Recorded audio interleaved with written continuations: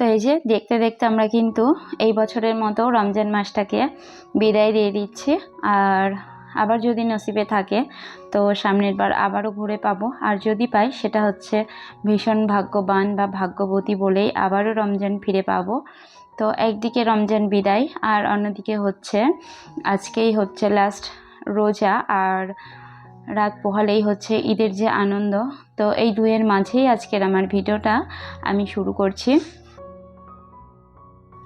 এই তো আমি একটু দই পাতানোর জন্য আগের দিন বিকেলবেলায় আলাদা আলাদা কাচের বাটি গ্লাস করে বসিয়েছি, কেননা একবারে যদি দইটা কাটা হয় তাহলে কি পানি বার হয়ে যায়, আর অনেকটা পরে খেলে দেখে অনেক সময় খাওয়ার মতো মানসিকতা নষ্ট হয়ে যায়। ওই কারণে আমি আলাদা আলাদাভাবে রেখে দিচ্ছি, কারণ একটা একটা অল্প অল্প বার করব আর খাবো, বেশ ভালো থাকবে। তো ওই কারণে তো যাই হোক, আসসালামু আলাইকুম। আমি রিঙ্কি, নদিয়া জেলার চট্টগ্রাম দীপচন্দ্রপুর থেকে তোমাদেরকে আমার আজকের নতুন আরও একটি ব্লগে স্বাগত জানিয়ে ব্লগটা শুরু করছি। আর এই যে এটা হচ্ছে ছেলে হচ্ছে স্মার্ট ওয়াচ নিয়েছে, তো অনেক দিন থেকে বায়না করছে, এর জন্য ভীষণ বকা, একটু ভালো মতোই বকা মারধর আমি করেছি, কারণ ও কোনো জিনিস না যত্নে রাখতে পারে না, সব কিছুই নেবে বায়না ধরে, আর দেওয়াও হয়। তো তারপরেও যখন বাধা মানছে না তখন দেওয়া হলো, দেখা যাক এটা কতদিন রেখে দেয়।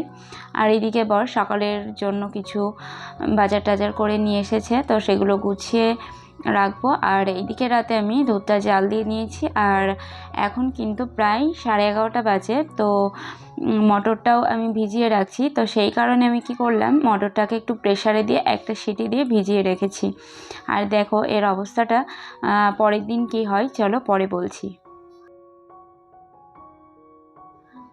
আর এই হচ্ছে আমার বাড়ির সঙ্গে লাগোয়া মসজিদ। তো মসজিদ আর পাড়া, পুরো পাড়া আর কি এভাবে লাইটিং করেছে, তো মসজিদটাকে খুব সুন্দর করে সাজিয়েছে। আর চলো তোমাদের সঙ্গে শেয়ার করি যে আমাদের এই রাস্তাটা পার করেই হচ্ছে ঈদগাহ, সেখানে সবাই নামাজ পড়ে। এই যে এত সুন্দর করে ডেকোরেশন করেছে, আর এখন ওই যে 12টার দিকে প্রায় বাজে, তো সবাই ঝাড় দিয়ে পরিষ্কার করছে।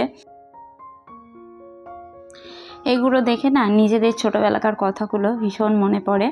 আমার তো আমার মায়ের বাড়ি যেটা, মানে আমাদের রাস্তা, আমাদের ঘরের সামনে থেকে আর কি অনুষ্ঠান শুরু হয়, পুরো ছোটো থেকেই দেখছি।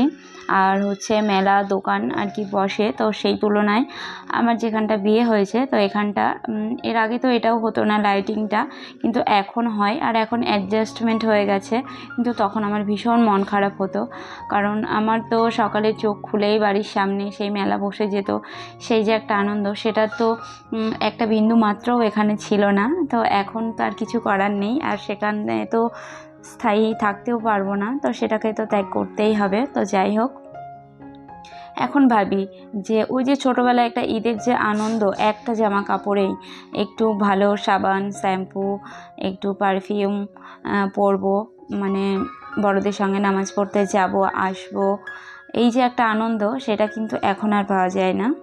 তো ওই যে সকালে কিন্তু চিড়ে দই এটা আমিও জোগাড় করেছিলাম, কিন্তু আমার শাশুড়ি মা প্রতিবারই কী করে, আমি যদি দিই তা সত্ত্বেও উনি দেয়, তো ওই জন্য এবার আর আমি রেডি করিনি, উনি যেহেতু দিচ্ছে। তো খেয়ে দিয়ে ওরা সবাই নামাজ পড়তে গেছে, আর নামাজ পড়তে যাওয়ার আগে সপরিবারে আর কি একসঙ্গে একটু ছবি উঠিয়ে নিয়েছি। তো তখন আমার মেয়ে ছিল না, মেয়ে তখনও ঘুমিয়েছিল, ওই জন্য আর মেয়েকে তখন নেওয়া হয়নি। তো যাই হোক, তারপরেই আমি চলে এসেছি এখানে একটু পায়েস করব, কারণ নামাজটা পড়ে এসে পায়েস খাবে। তো এই যে আমি ঘিয়ের মধ্যে একটু কিশমিশ আর হচ্ছে কাজু দিয়ে নিচ্ছি। তো আমার চামচ খুঁজতে খুঁজতে একটু কিন্তু লেগে গেছে, তোমরা কালারটা দেখেই বুঝতে পারছো। আর তারপর এখানে আমি পায়েসটা দিয়ে দিয়েছি, আর এটাই দেখাচ্ছিলাম যে চালটাকে আমি ঘি দিয়ে একটু মাখিয়ে রেখে দিয়েছি ধুয়ে, আর তার মধ্যে 2-3টে তেজপাতা দিয়ে দিয়েছিলাম। তো এটা আমি এর আগে কখনো করিনি, এবার প্রথমবার অ্যাপ্লাই করলাম, আর সত্যি একটু আলাদা হয় আর খেতেও ভীষণ ভালো হয়। আমি কিন্তু পায়েস রান্না করতে ভীষণই পছন্দ করি, কিন্তু খুব কম পরিমাণেই খাই। তো এবার একটু ভালোই খেয়েছি, আর খেতেও খুব সুন্দর হয়েছিল। তার সঙ্গে ওই যে ঘুগনি আগেই বললাম, আমি তো গত রাতে সিটি দিয়েছিলাম, তো পরের দিন সকালে অনেক কয়টা দিয়েছি, লেটে ভিজিয়েছি ভেবে, তো পুরো জগা খিচুড়ি হয়ে গেছে পুরো, মানে কোনো মটরটা আর কি গোটা নেই, ওই একটা পরিস্থিতি। আর ওইদিকে ননদের বাড়ি থেকে এসে চালের রুটি, মাংস, আবার শাশুড়ি মাও দিয়েছেন ভাত, ডাল, মাংস সমস্ত কিছু দিয়েছে। ওই জন্য সকালে আর আমি ওই ভাত রান্নার ঝামেলায় ছিলাম না। তো ওগুলো খাওয়া দাওয়া করে এখন চলে এসেছি দুপুরবেলা। তো ভিডিওটার এই পর্যায়ে এসে যারা এখনও আমার সঙ্গে রয়েছে তাদেরকে একটাই রিকোয়েস্ট করব যে প্লিজ একটা লাইক দিও, কারণ তোমাদের ওই একটা লাইক কিন্তু আমাকে যেমন মোটিভেট করে তেমন এই ভিডিওটা আরও অনেকের কাছে পৌঁছে দিতে সাহায্য করবে। আর আমার স্বপ্নটা একটু একটু করে পূরণ হবে। আর আমার যে কটাই ভিউ হচ্ছে অবশ্যই তাদের কোথাও তো সামান্য পরিমাণেও কিছু ভালো লাগছে, হয় আমার কথা, নইলে আমার কাজ, নইলে আমার রান্না। তো সেখান থেকেই একটা লাইক তো দেওয়াই যায় নাকি বন্ধুরা, কারণ তোমরা তো কন্টিনিউ দেখছো, সেই কারণেই তো আমার ভিউটা আসছে। তো তোমরা সেই কয়জনই প্লিজ একটু লাইক দিও। যাই হোক, তো তোমাদের সঙ্গে কথা বলতে বলতে তোমরা এখানে হয়তো অনেকেই যারা এক্সপার্ট গৃহিণী রয়েছে তারা বুঝতেই পেরেছো প্রথমেই যে এটা বিরিয়ানির জন্যই হচ্ছিল। তো তখন আলুটা আমি ভেজে নিয়ে তারপরে প্রেশারে একটু সিটি দিয়ে নিয়েছি।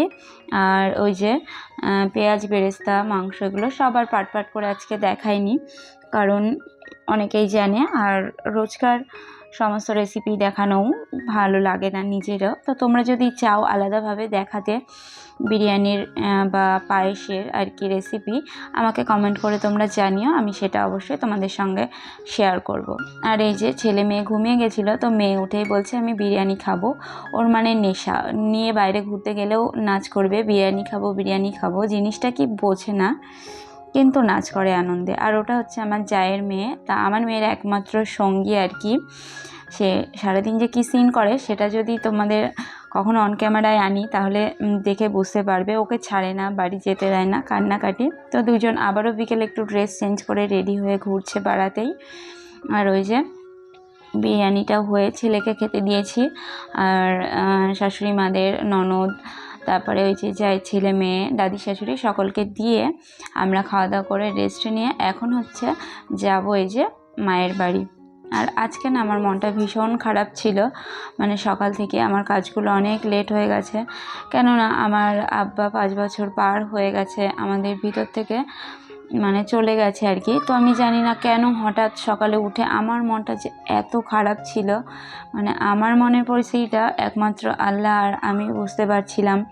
অটোমেটিক চোখ দিয়ে পানি বার হচ্ছে, তো সেটা তো আমি জানি, কারোর সঙ্গে শেয়ারও করিনি, কাউকে বলিনি, কিন্তু খুব কষ্ট হচ্ছিল। আমার কাজগুলো অনেক লেট হয়েছে, স্নান করতেও অনেকটাই লেট হয়েছে। আসলে মুডটা একদম অফ ছিল, কিন্তু ছেলে মেয়ে সবার মুখের দিকে তাকিয়ে আর কি সব কিছুই করতে হয়। তো যাই হোক, মায়ের বাড়ি চলেও এসেছি, আর দিদিও চলে এসছে। তো ওই যে মায়ের সব শাড়িগুলো দেখাচ্ছিল, তারপরেই ছেলে মেয়ে তো এসেই শুরু করে দিয়েছে, তোমরা দেখেই বুঝতে পারছো। দিদির মেয়েও ছিল। তো ওই যে মেলাতে একটু ঘুরছি, মেলাতে মোটামুটি সব রকম দোকানই এসছে। আর এটা হচ্ছে আমার মায়ের বাড়ির সামনের থেকেই কিন্তু স্টার্ট। তো এই যে ঘুরছি এখন মেলাতে, এটা পুরো অনেকটা জায়গা জুড়ে। এরা কিন্তু এখানটা অনুষ্ঠান রাখে না, মানে একটা পাড়াতেই সেই দুটো ভাগ। তো এরা এখানে কি করে, একটা ছোট্ট মতো পার্ক করে, আর কিছু একটা ইউনিক আর কি থিম ওরা বোঝায় বা রেখে দেয়। তো এবার ওরা এনেছে দুটো ভূত এনেছে, মানে দুজনকে ভাড়া করে এনেছে। তো সেই রেন্টের লোকগুলো আর কি সকলকে আনন্দ দিচ্ছে। তো চলো তোমাদের সঙ্গে একটু শেয়ার করি। তো এই যে দুজনকে এনেছে, তো রাস্তায় এই পার্কের মধ্যে এদিক ওদিক, আমাদের ওই দিকটা মেলার ওই দিকটায় যাচ্ছে, আর পিছু পিছু তো লোক জমায়েত হচ্ছে। এই সব আনন্দ সব কিছু ঘুরে তবু একটু মুডটা ঠিক হলো। তো এই যে এখানে হচ্ছে দিদির মেয়ে নাচ করছিল, তো সেটা তোমাদের সঙ্গে একটু শেয়ার করলাম, আর বাকিগুলো শেয়ার করা হয়নি। তারপর কিছু খাওয়া দাওয়া করে আর কি এখন প্রায় 10:30টার দিকে বাজে। তো এখন বাড়ির দিকে রওনা। আর আজকের ভিডিওটা কেমন লাগলো সেটা অবশ্যই তোমরা কিন্তু কমেন্ট করে জানাতে ভুলো না বন্ধুরা। আর ভিডিওটা যদি ভালো লাগে তো সাবস্ক্রাইব করে পাশে থেকো। আল্লাহ হাফেজ।